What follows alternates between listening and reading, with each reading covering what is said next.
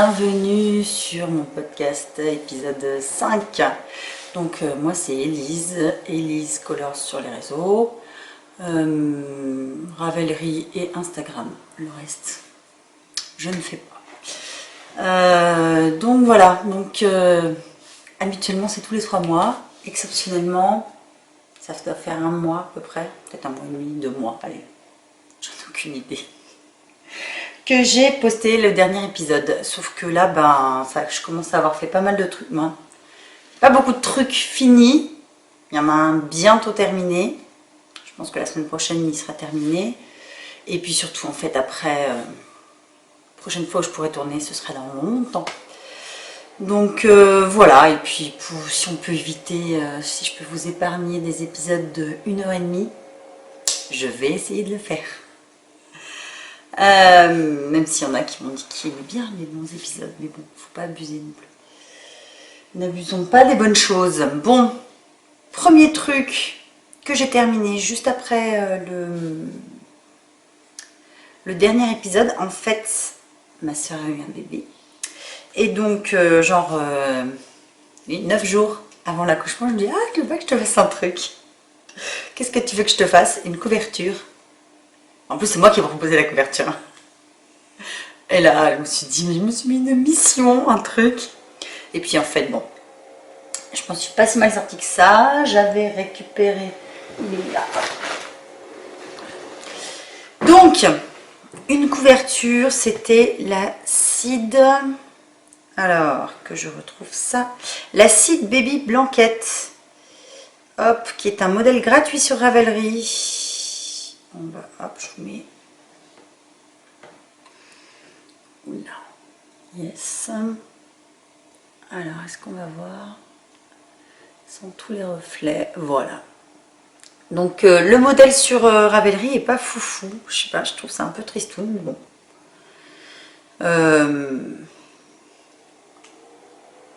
C'est facile à faire. Moi, j'ai doublé l'épaisseur du fil. Et puis, du coup, je l'ai fait en jaune. En fait, c'est pour aller avec le couffin du bébé. Voilà. Donc, en doublant le fil, déjà, c'est un fil gros. Ouais, c'est le DK. On voit les petits. Oui, c'est tout défait. Hein, mais voilà. Du coup, ça fait un rendu quand même bien épais. Et puis, sympatoche. Mon Dieu, sympatoche. Quelle est cette expression? Donc, le fil, c'est Textile de la marque. Hop. Il y a plein de gens qui le tricotent, mais jamais personne qui en parle. Moi, de plus en plus, on en parle, mais pas autant que ça, je trouve. Voilà. Textile de la marque. Et c'est Cache-Wool. 100% mérino, 125 mètres pour 50 grammes. Et donc, c'est des laines que j'avais achetées à la lainière de Voisin quand ma soeur habitait à Lille. Et c'est du mérino pour pas cher, quoi. Et du mérino DK. Parce que quand même, mérino DK, ça coûte une blinde. Surtout qu'il en faut beaucoup. Donc voilà. Prochainement, je vais me faire un gilet avec ça. Et on verra bien ce que ça donne. Mais voilà, je suis plutôt contente. Bon, alors l'échantillon, je ne l'ai pas trop manipulé. Je ne sais pas ce que a donné la couverture. Je vais vous mettre des photos de la couverture. Enfin, je demande à ma soeur. Mais franchement, l'échantillon, il est parfait, quoi. Il n'y a pas le moindre... Moi, quand on voit le truc, il est nickel, quoi. Donc, je sais pas comment ça tient dans le temps. On va voir ça. Mais à mon avis, ça vaut du drops. Et c'est à peu près au même prix. Et c'est... ça équivaut à Big Merino, je pense. Et si elle se dégouline pas de partout, ça peut être une excellente alternative au mérino de Drops. Voilà, et c'est français, mesdames et messieurs, Tourcoing, voilà. Bon, premier projet terminé. Ensuite, bon, je retourne ce petit extrait, car, non, petit extrait, non, ça vous verrez, c'est pas du tout un petit extrait. En fait, il se trouve que j'avais tourné l'épisode d'hier, donc j'ai tourné hier, pour un un projet fini quand même, c'était pas que la couverture du bébé de ma soeur. Non, j'avais un tout petit peu terminé mon brioche Alicieux, j'ai quand même oublié. Voilà, c'est ça de pas prendre de notes. Du coup, ça devient n'importe quoi. Donc, eh ben, je vais en parler aujourd'hui. Et puis, je ferai du montage de folie. Donc voilà, ça y est, je l'ai fini. Je l'ai fini il y a un petit moment déjà. Là, on est le, je sais pas, 3-4 mai, un truc comme ça. Et je l'ai fini il y a plus d'une semaine. Donc, il est gigantesque. Voilà. J'adore. J'ai toujours pas rentré les fils. Il est bloqué. Et surtout, il est lavé n'importe comment, j'ai envie de vous dire. C'est-à-dire que la dernière fois, j'avais dit quoi? J'avais dit, faut laver les laines avant de les tricoter pour pas que ça dégorge, machin. Ouais, bah j'ai lavé les laines, hein. Ça n'a pas dégorgé quand je les ai lavées. Sauf que j'ai un peu oublié le châle pendant 1h30 au blocage. Et je sais pas si vous voyez, mais c'est quand même pas mal rosé sur le blanc. Bon, après honnêtement, ça m'empêchera pas de le porter. Mais j'ai un peu les boules quand même. On verra bien si ça part après. Je suis pas tellement convaincue, mais bon, on verra. Je mettrai de la lessive et je frotterai, pas trop fort. Voilà, donc les laines, il y a de la MCN, hop, à teindre de Yarn and Dyed. Donc le fil est hyper moelleux et assez épais en fait. Il m'a fallu plus de... Alors pourtant c'était 400 mètres, mais après je l'ai fait hyper lâche. Hein. Je voulais un truc vraiment très moelleux et voilà. Et c'est réussi pour le coup. Mais voilà, le fil est beaucoup plus épais. Je sais pas si vous voyez que les autres laines. Là on voit... Ah non, pas trop.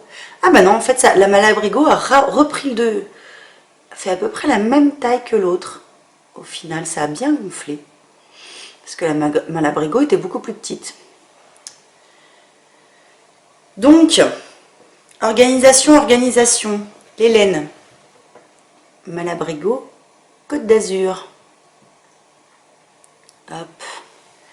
Et dans le vrai sens, ça donne ça. Puisqu'il y a un sens à ce châle. Voilà. Côte d'Azur, Tiziano Red. Voilà, hop, de l'autre côté, ça donne ça. Donc le côté bleu, blanc, rouge y est. Hein. J'ai un peu peur de ça, mais bon, c'est pas grave, j'aime bien. Et puis, la pelote vagabonde. Alors honnêtement, celui-là, je ne me souviens plus du nom. Mais de toute façon, tout ce qu'elle fait, c'est tellement beau que forcément, si vous allez sur son site, vous allez trouver des trucs hyper beaux. Elle a pas mal de coloris comme ça, où c'est gris dans le fond, avec des petits speckles colorés. Le dernier, là, que j'ai vu, je l'ai vu en vrai hier chez Sophie, c'était Poisson d'avril. Il est beau, mais il est trop beau. Elle en a plus de celui-là, mais elle va refaire d'autres trucs. Mais voilà, voilà, moi, ces speckles, moi, ils me font délirer, j'adore. Je trouve que c'est trop beau. Voilà. Et donc là aussi, la laine, c'est vachement... comment dire? Elle a pris du volume, quoi. Elle était extrêmement fine. Vraiment très fine. Et là, je trouve que c'est pas foufou la différence avec, l'autre, en fait. Notamment pour la bordure. La bordure, je m'étais dit, en fait, c'est peut-être pas une bonne idée de l'avoir fait avec ce coloris-là, parce que ça faisait très fin comme fil. Alors celui-là, il est... comment ça s'appelle? Il est avec du nylon dedans. Et du coup, ça faisait vraiment un fil extrêmement fin. Et au final, là, bah, ça va. Ça fait une bordure un peu dodue, c'est parfait. Donc j'ai fait la méthode qu'elle conseillait. Comment elle s'appelle? Non. Vous voyez de qui je parle? Hein? Nanana. Je sais plus son nom. René Nitz, là. Enfin bon. Elle-même. Donc voilà. Trop beau. Et donc je suis trop contente. Il me manque plus qu'à rentrer les fils. Bon, en même temps j'ai un peu de temps, hein. Comment dire qu'on est au mois de mai et que je suis pas prête de le porter. Mais donc c'est une couverture et non un châle que j'ai. Il est énorme. Il est énormissime. Mais je m'en plains pas, hein. C'est pour ça que je l'ai fait. C'est pour ça que je l'ai fait un peu large. Et donc j'ai mis deux écheveaux et un quart, je pense, de MCN. Et là, j'ai une Minerve. J'adore. Donc dans quel sens, voilà. Comme on veut, n'importe comment. C'est ça que c'est le mieux. C'est quand on met n'importe comment que c'est le mieux. Donc je l'ai fait dans le cadre du cal Délicieuse Brioche qui était organisé, ma fille qui prend toujours pas de notes, par Soconit et puis un Eating Journey. Donc voilà, je l'ai terminé à temps, j'ai validé, c'est tout bon. Et surtout j'étais super contente qu'elles aient fait ce cal parce que ça faisait depuis peut-être pas sa sortie mais pas longtemps après que je l'avais acheté même carrément. Faut dire ce qu'il y a, parce que je ne suis pas raisonnable. Et maintenant j'ai décidé d'arrêter. Maintenant j'achète les patrons juste avant de les faire parce que j'en ai trop que j'ai acheté et que j'ai pas fait en fait. Donc voilà, je l'avais acheté et à chaque fois je me disais il faut que je le fasse, il faut que je le fasse, et puis je le faisais pas et voilà. Donc c'était l'occasion, j'ai sauté sur l'occasion. Voilà, qu'est-ce qu'on peut dire de plus sur cette petite chose? Je trouve que effectivement pour un premier projet brioche c'est pas mal si on aime les longs rangs. En fait moi j'aime bien, au contraire même je préfère les longs rangs que les trucs trop courts. Moi quand il faut tourner le tricot 12 000 fois ça me saoule. Donc voilà, là c'est vraiment un truc méditatif quoi. À la fin c'est gigantesque mais j'adore ça. Donc voilà, et la brioche franchement à faire c'est du bonheur.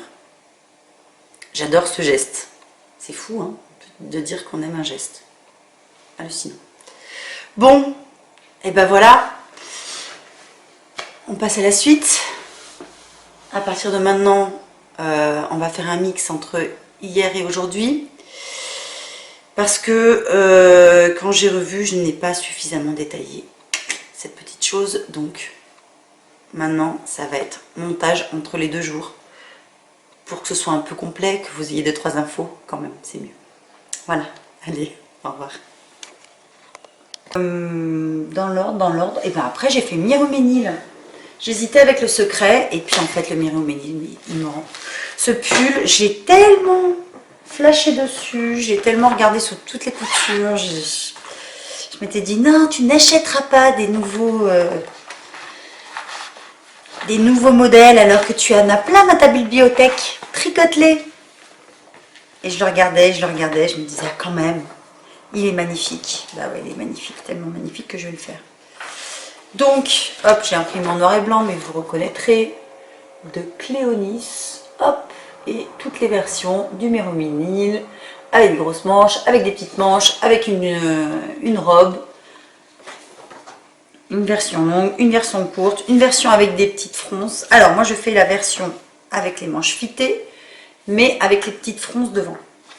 Petites fronces qui m'ont bien pris la courge.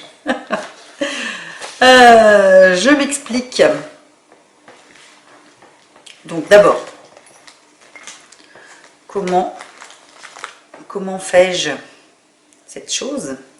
Je fais avec 2 laines différentes, qui sont la même laine en fait, mais que je teins de 2 manières différentes.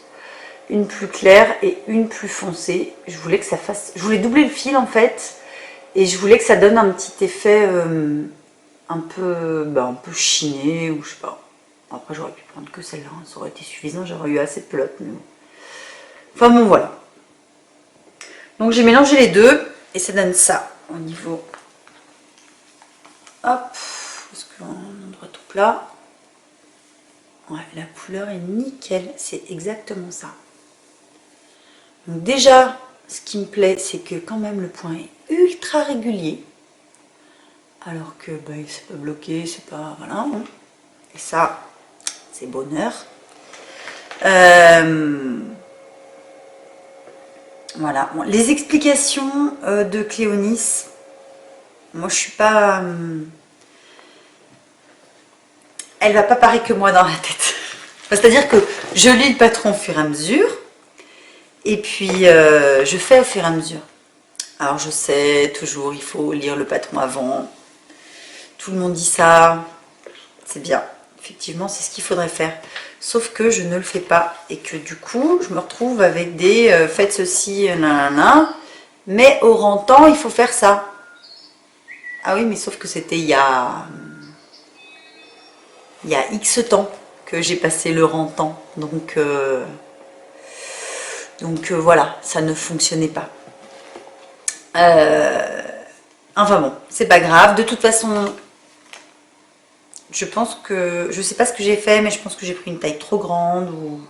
enfin bon, il y avait un truc qui n'allait pas. J'ai détricoté au moins 5 cm facile. Je me suis bien pris la tête. Et maintenant, voilà, il est presque fini le corps. Voilà, donc là, clairement, effectivement, ça ressemble à rien. Hein. Hop là, il va être dessus. Je vais, non mais je pense que je vais enfiler pour voir. Pour voir ce que ça donne. Parce qu'en fait, c'est un pull, je trouve, qui se révèle vachement quand on le porte. Alors, je vais essayer de ne pas perdre des mailles en même temps. J'ai 12 mètres de câble, donc ça devrait aller.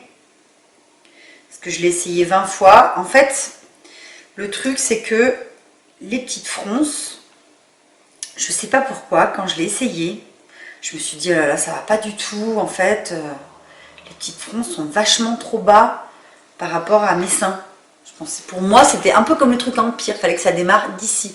Sauf que là, les fronces, je suis trop petite. Les fronces, elles démarrent ici, là, vraiment vachement au milieu du ventre, presque.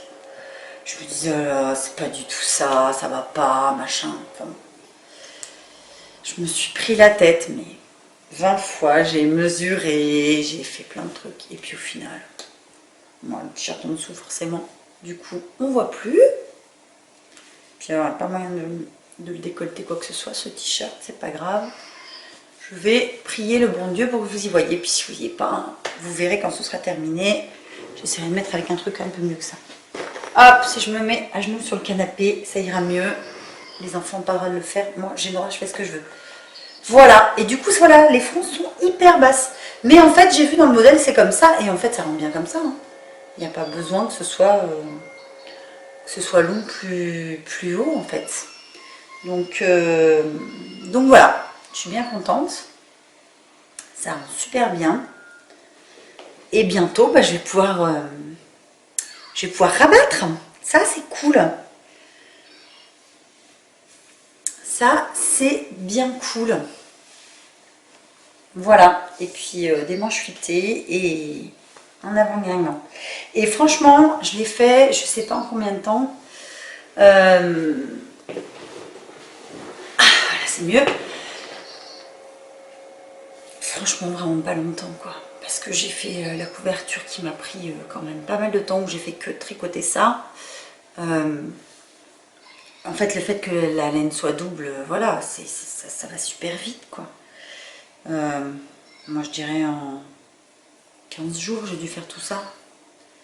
Ouais, franchement, ouais. On va dire 15 jours. Et j'ai eu beaucoup d'incertitudes, beaucoup de trucs où j'ai calculé, recalculé, machin. Défait, j'ai passé plus de temps à défaire qu'à faire, je pense. Honnêtement, je pense que, ouais, en 15 jours, je pense que si on fait que tricoter et que on se prend pas la tête comme moi, en 15 jours, il termine ce pull. Autant vous dire que je vais en refaire.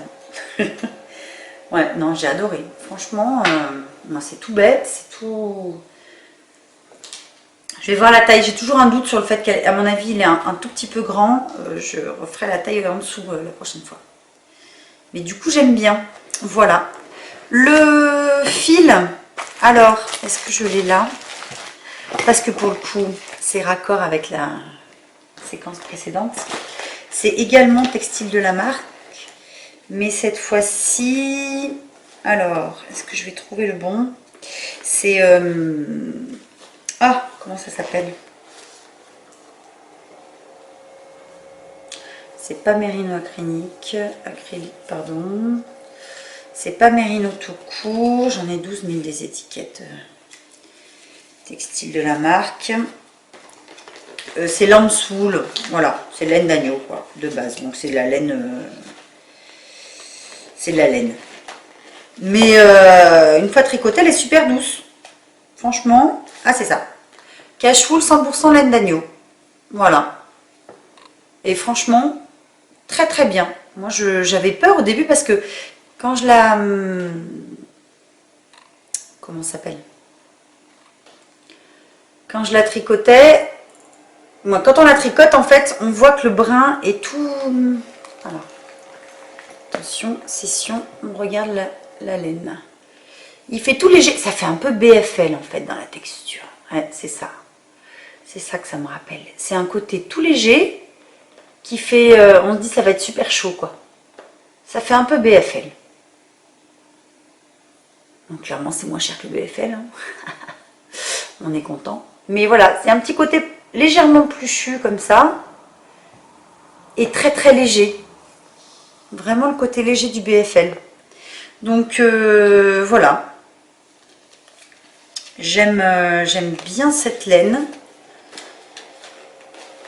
On va voir ce que ça donne. À mon avis, ça risque de pas trop bouger. Franchement, pour l'instant, je trouve que c'est d'une régularité. Il n'y a pas de peluches qui sont formées. Pourtant, je le brasse. Après, c'est pas pareil que... Non, je trouve... il y a un petit halo. Il y a un petit halo qui s'est formé. Bon, franchement léger, hein, même. Mais voilà. La maille est super bien définie. Et franchement, une fois tricotée, cette laine est magnifique. Alors que j'aurais pas parié une cacahuète dessus avant de la tricoter. Mais bon.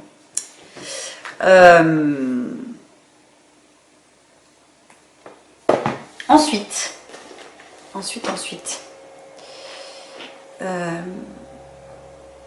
Donc ça, c'est ce que je tricotais avant de commencer le cal Creamy Tricot. Parce que je me suis inscrite au cal.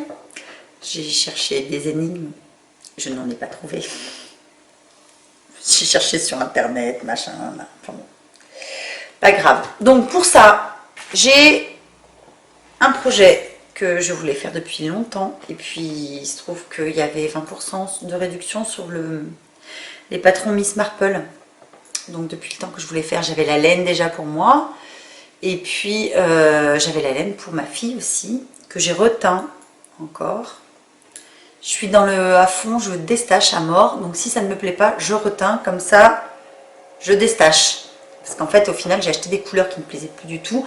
Là, ce que je vous ai montré juste avant, c'était un vert amande. C'était pas beau. Moi, ça me plaisait plus. Voilà. Et ça, c'était un jaune... pas jaune poussin, mais voilà. Jaune d'or. Voilà, ça ne me plaisait plus non plus. C'était même pas jaune moutarde. Jaune moutarde, c'est joli, mais ça non. Donc, du coup, j'ai reteint comme ça. Et du coup, ça me va vachement mieux. Allez, il n'y a rien autour. Voilà. Voilà. J'ai reteint comme ça. Voilà, c'est exactement cette couleur-là. Comme il y a de l'acrylique un peu dedans, du coup, ça fait vraiment des effets sympas au niveau de la couleur. Ah là, vous voyez pas le rouge quand même, ça tire un peu sur le vert. Alors qu'en fait, il y a pas mal de rouge à l'intérieur. Il y a des petits poils rouges. Je ne sais pas quelle est la matière qui a... Voilà, on voit bien. Quelle est la matière qui a tiré sur le rouge, mais en tout cas, voilà. C'est ultra sympa. Et tricoter, ça donne ceci. Dans la partie jersey. Voilà. Et la partie texturée. Hop. Du Miss Marple. Autre chose, je ne vous ai pas du tout parlé de la laine. Donc c'est la laine Mito, donc que j'avais acheté à la lainière de Oisheim. Il y a, honnêtement, il y a 6 ans, je crois, ou 7 ans, un truc comme ça. Donc là. Donc c'est pas un rêve de douceur cette laine. Hein. Encore que là, je l'ai lavée avec de l'assouplissant. Là maintenant, franchement, ça va. Je l'ai lavé avec de l'assouplissant, un tout petit peu de... comment ça s'appelle? Ah, je vais y arriver.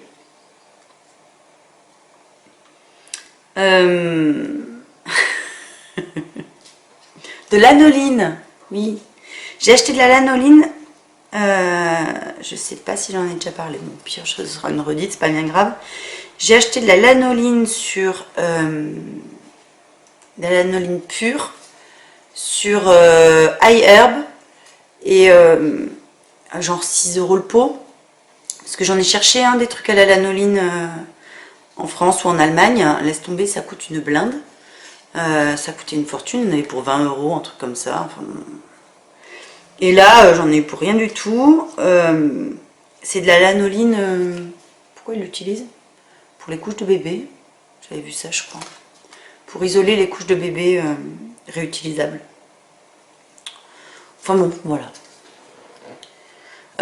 Et donc là, c'est 40% de laine mérino, 35% d'acrylique, 20% kin mohair et 5% polyamide. Alors honnêtement, je me demande avec une composition pareille, comment est-ce que ça arrive à piquer autant? Je ne sais pas. C'est un mystère. Je suis pas convaincue que le mérino soit vraiment du mérino. Franchement, c'est étonnant. C'est étonnant. Après le kin mohair, je sais pas. On verra à l'utilisation. Peut-être que ça s'adoucit au bout d'un moment, mais bon, déjà c'est mieux. Donc si vous l'avez déjà fait, vous devez vous dire, mais c'est bien bizarre. Il n'est pas en top down, le Miss Marple. Bah non, il n'est pas en top down. Je me suis pris la courge pendant une journée entière pour le transformer en un gilet top down. Voilà. Et je suis trop fière de moi. Sérieux. Franchement, ça rend trop bien. Voilà. Je me suis bien pris la courge quand même. Mais bon. Donc là, ce que vous voyez, c'est un problème de mailles ensemble qui n'auraient jamais dû être ensemble et qui m'ont bouffé 2 mailles. Du coup j'en perds les mailles. Voilà, ça m'a bouffé une maille sur le côté du motif et je viens juste de m'en rendre compte alors qu'il y a tout ça qui était tricoté. C'est ça de tricoter avec d'autres personnes, hein Sophie? Voilà. Hier j'ai tricoté ça avec Sophie du Tricot Monde de Sophie et voilà, on a pas mal parlé. Bon, j'ai pas fait tout ça, j'aurais dû m'en rendre compte hier en fait. Mais ouais, je pense que c'est chez elle en fait que j'ai fait la connerie et hier soir j'ai tricoté tout ça. Voilà.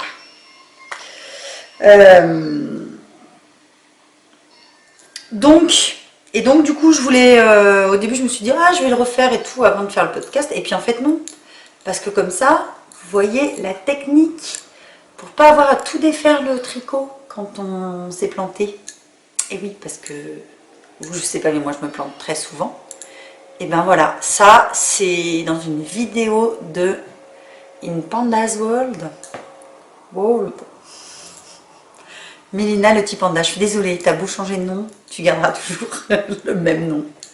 Au final, il est plus facile à dire. Voilà, elle a une vidéo comme ça pour rattraper les mailles et après on les tricote normalement en fait, comme si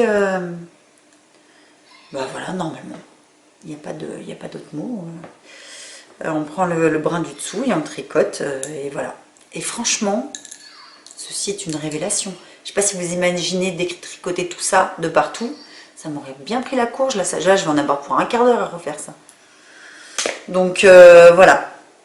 Et donc je suis super contente. J'ai dû... Ouais, je pense que j'ai passé bien une matinée à tout recalculer, reprendre le patron tout à l'envers pour refaire les dimensions, tout ça. Parce qu'en plus, non seulement je voulais le faire en top down, mais en plus, l'échantillon normal est de 18 mailles pour 10 cm et le mien est de 15. Et c'est là que, tenez, je vais vous donner une application absolument merveilleuse. Alors, il faut que je vous la donne comme ça, sinon vous ne la verrez pas. C'est la petite rose là.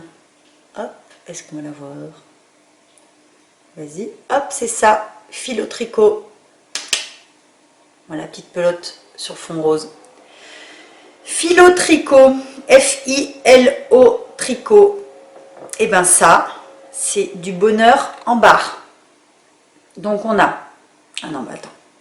Hop, non, c'est pas ça. On va dans convertir. Trop de laine vole dans cette pièce. Donc, on va dans convertir. Hop. Allez, gars. On va dans convertir, voilà. On enregistre le nombre de mailles qu'il y a dans l'échantillon du projet, du modèle, comme on dit, initial. Voilà. Ensuite, le nombre de rangs. Alors, le nombre de rangs, franchement, pas obligatoire. Si on a juste un problème de mailles, on met juste les mailles.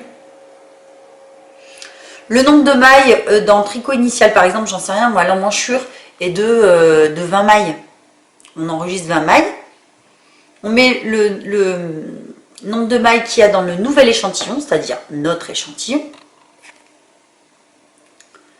Et tout en bas, là, ça nous sort le nombre de mailles qu'on va avoir pour l'emmanchure. Si, je dis au pif, hein, moi l'échantillon c'était 18, le nombre, mon échantillon à moi était de 15, et le nombre de mailles pour l'emmanchure du tricot initial était de 24, admettons. On va dire que pour moi, ça tombait sur 20. Et du coup, ça me le met automatiquement. Pas besoin de refaire tous les calculs et tout ça, pas besoin de faire du produire en croix à chaque fois. Hyper rapide, parce que effectivement, en plus, on n'est pas obligé de remettre à chaque fois de réenregistrer les échantillons. À chaque ligne qu'on fait, on remet juste le nombre de mailles qu'il y a dans le tricot initial, et bim, en dessous, ça nous sort automatiquement le nombre de mailles pour le nouveau tricot. Et ça, c'est trop bon, parce que j'ai gagné un temps fou. Donc je ne sais jamais comment on fait le produit en croix. Au bout d'un moment, je m'en souviens, mais à chaque fois, je suis obligée de... Voilà. Enfin, non, de me prendre la courge, quoi. En plus, après, j'ai fait un méga échantillon pour voir ce que ça rendrait. Voilà, enfin bon. Je me suis bien amusée. Mais au final, comme c'est des tricotés... Ah oui, c'est un autre truc aussi qu'il faut que je dise. C'est tricoté en aiguille 4,5 et 4. Pourquoi? Parce que je ne tricote pas du tout pareil en allant à l'envers qu'à l'endroit. J'en ai pour preuve ce magnifique gilet qui, avant la séparation des manches et du corps, a des rayures transverses. Toutes les mailles envers, en fait, sont beaucoup trop lâches. Et quand on arrive au tricot en rond, magie, tout est extrêmement régulier. Voilà. Et hop là, on arrive. Voilà. Et là, on voit bien les mailles qui sont vachement plus longues. Et j'ai trouvé le moyen de régler ce problème. Je tricote avec une aiguille de chaque taille, avec une demi-taille de différence à droite et à gauche. Comme ça, pour les mailles en vert, je suis en 4, et pour les mailles en droit, je suis en 4,5. Et du coup, franchement, allez, c'est pas non plus magique. Voilà. Franchement, c'est bien. Franchement, c'est bien. Bon, ok, peut-être que j'aurais pu prendre du... Non, non, non, c'est bien. Non, non, non, non, non. Je ne veux pas dénigrer ce que j'ai fait. Franchement, c'est bien. Après, je ne suis pas non plus la reine de la régularité, hein, mais franchement, on ne voit pas les mailles vachement plus grandes comme dans l'autre tricot. Et je suis sûre qu'au blocage, ça va devenir super plat. Donc voilà, je suis super contente d'avoir trouvé cette technique parce que franchement, c'était un truc, ça me prenait vraiment chou. Je ne savais jamais comment faire parce que si on baisse d'une taille d'aiguille, et bien forcément, ça va pas aller parce que ça fait pour les deux côtés. J'ai trouvé la résolution de mon problème et ça marche. Je pense que si c'était en 3, je mettrais plus de différence encore entre la droite et la gauche. Là, c'était en 4. Je voulais pas mettre une taille de différence. C'est-à-dire que je tricotais en 4,5. Ah si, j'aurais pu faire 3,75, tiens. Ah, j'ai pas pensé. 3,75, peut-être que ça aurait été parfait. Mais bon, tant pis. C'est pas grave. Donc, voilà. Je vous détaille pas comment j'ai fait. Moi, j'ai pris le modèle et puis je l'ai fait à l'envers, quoi. Tout bêtement. Tout ce qu'elle a fait dans un sens, je l'ai fait à l'envers. Seule modification que j'ai fait, oui, parce qu'en fait, le but, c'était que j'avais peur de manquer de laine. Bon, il se trouve qu'au final, j'ai pratiquement terminé le corps et il me reste encore tout ça. Je ne manquerai pas de laine. Je ferai un bonnet. Voilà, mais donc du coup je voulais pas refaire la pâte, c'est pour ça que je voulais pas faire le bottom-up, je voulais pas manquer de laine et je voulais pas que la pâte de boutonnage soit faite plus tard parce que si on manque de laine et qu'il manque juste pour la pâte de boutonnage, c'est ridicule. Donc du coup j'ai fait la pâte de boutonnage en même temps, voilà, et j'ai fait du coup un espèce de die-cord là sur le côté. Du coup ça rend trop bien et je pense que dorénavant tous mes tricots seront faits comme ça. Pas me prendre la tête à relever les mailles, machin, le truc relou quoi. Alors que franchement, ça rend trop bien. Et puis du coup j'ai fait, hop là, on va la sentir, voilà, hop là, un petit bouton là. Et voilà, discretos dans le truc. Alors une fois étendu, je pense que ça rendra mieux. Hein. Alors j'avais voulu faire des côtes 1-1, mais en fait le motif est tellement grand là, pour les enfants, que du coup ça passait pas. Ça faisait vraiment, sinon le motif aurait été trop éloigné de la pâte de boutonnage, mais je pense que moi je vais me le faire pour moi, donc je vais refaire exactement pareil, je vais le faire en bottom-up également, parce que je risque de manquer de laine, et je vais me faire plus de côtes 1-1 après les 3 mailles là qui font le petit taille cord. Là j'en ai fait juste une à l'endroit, mais ouais, moi je m'en ferai plus. Donc le gilet Miss Marple, donc que j'ai repris à l'envers. Donc je vais vous expliquer comment j'ai repris à l'envers. D'abord, donc j'ai pris toutes les explications. Je suis partie de l'explication de haut en bas, de bas en haut en l'occurrence, puisque c'était un bottom-up. J'ai pris ma feuille et j'ai écrit à l'envers, c'est-à-dire j'ai commencé en bas de la feuille à écrire les explications qui étaient en haut de l'autre feuille. Chaque diminution, je l'ai transformée en augmentation. Et là où il faut faire gaffe, c'est les centimètres. Puisque il y a un moment, elle va dire faites tant de fois cette diminution-là et tricotez pendant tant de centimètres. Sauf que moi, je le fais dans l'autre sens. C'est-à-dire, elle va dire tricoter pendant tant de centimètres à partir du début, donc à partir du bas du pull. Sauf que dedans, il y a les augmentations qui sont comprises, plus les côtes ou je ne sais quoi qu'il y avait avant.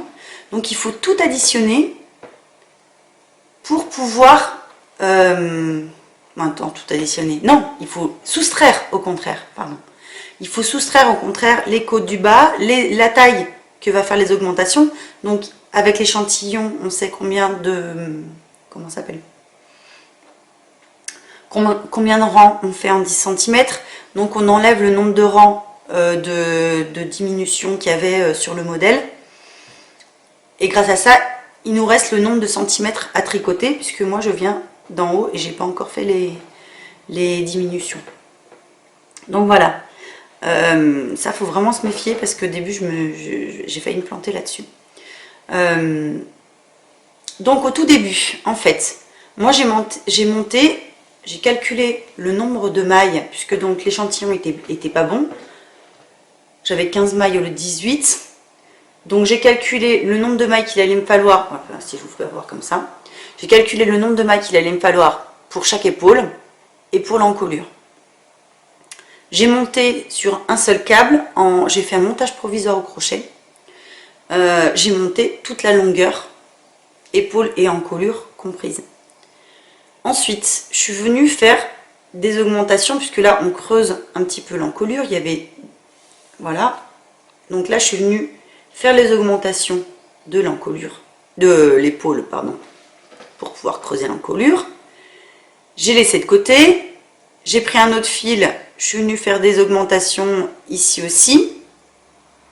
Ensuite, j'ai fait avec des rangs raccourcis, pardon. Donc j'ai testé les rangs raccourcis à la japonaise. Là, clairement, ça fait cracra parce qu'avec les augmentations au milieu, machin, c'était le bordel. Bon. Mais sinon, c'est très joli les augmentations à la japonaise. J'ai vu ça, attention digression, j'ai vu ça dans le podcast Yarn Fleck. Yarn Fleck, c'est un podcast qui est fait habituellement en anglais. Et là, elle a décidé de tourner des épisodes en français. Et franchement, trop bien. Elle est hyper intéressante. Elle est à fond sur la laine, les matières, tout ça. C'est vraiment très très intéressant comme podcast. Allez-y, vous ne serez pas déçus. Et si vous parlez anglais, alors là, vous avez la chance de pouvoir la voir encore plus souvent, puisque je ne comprends pas grand-chose. Il faudrait que j'essaye quand même, mais bon. Voilà.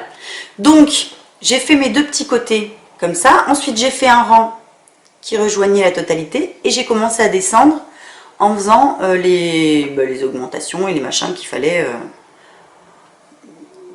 pour créer les manches, quoi. Je ne vais pas non plus vous dévoiler le patron. Ensuite, j'ai repris sur le devant.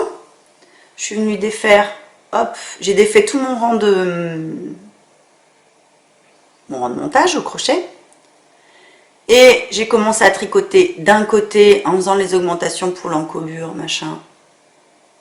Donc c'est des diminutions qui sont transformées en augmentation pour le coup. La même chose de l'autre côté. J'ai créé en plus la patte de boutonnage. Donc que je trouve, plus j'y réfléchis, plus je me dis que c'est vraiment trop petit, mais bon, c'est pas grave. Donc j'ai créé l'émail de la pâte de boutonnage pour qu'elle se fasse en même temps que le tricot. Voilà, et j'ai commencé, j'ai tout de suite, en fait, dès le deuxième rang, j'ai commencé à mettre le motif. Donc je suis partie de là, comme ça j'ai pu avoir le motif au bon endroit. Voilà, non, je suis pas partie de là. Enfin bon, on se débrouille quoi. On calcule combien, si c'est ça. J'ai calculé combien il y allait avoir de mailles ici, qui seraient en attente. Et du coup, j'ai pu commencer mon motif direct en haut des manches. Voilà. Et puis bah, ça déroule. Après, on descend. Et par contre, ensuite, j'ai tout de suite repris mes mailles. Donc là, il a fallu que je relève tout ici, là. J'ai relevé les mailles. Dire que ça fait un peu crac-crac, voilà, hein. Je suis pas super soigneuse au niveau, voilà. Et derrière, j'avais mes mailles en attente. Et là, par contre, c'est nickel. Voilà. Et du coup, je suis montée en mailles. Là, j'ai fait des mailles torse. Mailles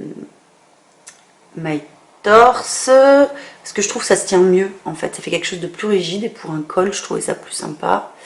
Maille torse, donc montée au pifomètre, hein, clairement, voilà. Et au bout, j'ai repris la même chose que sur ma pâte d'encolure, en fait. J'ai fait la même chose. Et là, j'ai essayé de reprendre les mailles dans le bon sens. Hop là. Monsieur, veux-tu bien? Voilà, merci. J'ai essayé de reprendre les mailles dans le bon sens pour avoir quelque chose d'à peu près joli. Bon, c'est pas parfait, mais bon, ça se voit pratiquement pas. Et ensuite, il y a juste une petite subtilité. Alors, j'arrive même pas à voir si c'est de ce côté-là. Non, c'est pas de ce côté-là. Donc là, j'ai quand j'ai rabattu, j'ai fait un rabattage simple. On remet la maille précédente dessus. Et par contre, juste là, de l'autre côté, ah si, ça se voit quand même. Faut que je tire peut-être plus dessus. Je vais voir. Je voulais que l'embout, en fait, soit joli. Je voulais pas terminer par la dernière maille, en fait. Et du coup, les 3 dernières mailles, mais j'aurais dû le faire plus loin, en fait. J'aurais dû même recommencer dans l'autre sens. Enfin bon. Les 3 dernières mailles, je les ai pas tricotées avec la fin de mon rang là. Je les ai juste mises les unes sur les autres et j'ai rentré la 3e ou 4e maille. Je sais pas si c'est clair. Bon, c'était pour que l'embout soit moins moche, mais je suis pas sûre que ce soit vraiment mieux. Mais bon, de l'extérieur, ça fait clean, quoi. Donc voilà, je voulais un peu mieux détailler. Parce que je sais que ça prend la tête et que quand on manque de laine, franchement, transformer un truc en top-down, à mon avis, c'est la bonne solution. Et ben voilà, retour dans le passé, futur. Bon, donc, après tous ces encours, on va passer au projet futur. Ou je vais peut-être vous montrer, tiens, un dernier encours. Je vous les montre pas tous, hein, les encours, il y en a d'autres encore. Mais celui-là, en fait, je vais vous le montrer parce qu'en fait, je me demande si je suis pas en train de changer d'avis sur la laine. Ouais. Alors, Voici le gilet, le mini gilet, le gilet de tête, le bonnet, hop, que je fais pour mon chéri. Oula, il est bien bleu, bleu qui pète chez vous, alors que chez moi il est tout doux. Moi c'est plus un gris bleu en fait, c'est plus un gris. Au début il a même cru que c'était un gris. Si je l'oriente comme ça, non. Bon voilà, c'est un gris bleu, de toute façon vous ne pourrez pas le retrouver chez votre revendeur habituel étant donné que c'est moi qui l'ai teint. Voilà. Donc c'est le bleu pardon, la laine de... Ah, comment ça s'appelle? Alice Création. Donc celle-ci, elle pique beaucoup moins que celle que j'avais tricotée pour mon... Ah, putain, c'est quoi déjà? Paris Toujours, d'Isabelle Kramer. Mais plus j'y pense, et plus je me dis, Paris Toujours, c'était la première fois que je teignais de la laine. Et je me demande si j'ai pas un peu fait feutrer la laine. Je pense que c'est ça, parce que celle-ci est vraiment beaucoup plus douce, beaucoup plus souple. Elle n'a pas le rendu rêche que l'autre a. Et plucheux aussi. Alors par contre, bon, elle est fragile, hein. Bon, voilà. Ça... Mais je la trouve mieux. Ouais, je pense qu'en fait c'est moi qui ai dit n'importe quoi. Et en fait, que j'ai fait feutrer la laine, vu que c'était la première fois que je teignais de la laine. Alors que maintenant, ça me fait plus ça. Après, c'est quand même un fil qui est très mat, qui n'est pas du tout brillant, c'est un mérino qui est différent de d'habitude. Il me fait plus penser au mérino, Mako Merino de... Oh, comment ça s'appelle? Alors la Gillette, je ne l'ai jamais vue, mais a priori, elle est mélangée avec de la laine portugaise. C'est pas ça, mais j'avais acheté du Mako Merino. C'est que la race Merino qui a été... je sais pas, ils ont mis ça au point dans les Hautes-Alpes. Je ne l'ai pas encore teint, je n'ai pas encore tricoté. Mais j'avais acheté sur le site... C'était le site Mako Merino qui n'existe plus, mais c'était Marthe Le Caplin, je crois, qui revendait la laine. Donc voilà, et c'est plus ça, c'est plus du mérino un peu plus... J'allais dire rêche, mais non. Ouais. Et bien c'est qu'il n'est pas traité super wash en fait, si ça se trouve c'est juste ça. C'est différent. C'est différent, franchement, et je suis dégoûtée que mon Paris Toujours soit pas aussi doux, parce que franchement, ce truc je l'adore, et la couleur va falloir que je la refasse, parce que je pense que je vais le refaire ce truc. Parce que vraiment, Paris Toujours, c'est le châle qui tue et que j'aime par-dessus tout. Je l'ai fait en bordeaux, pratiquement noir, et franchement, ça déboîte. Donc là, bon, on laisse tomber, c'est bleu. Rien à voir. Rien à voir, on lâche l'affaire.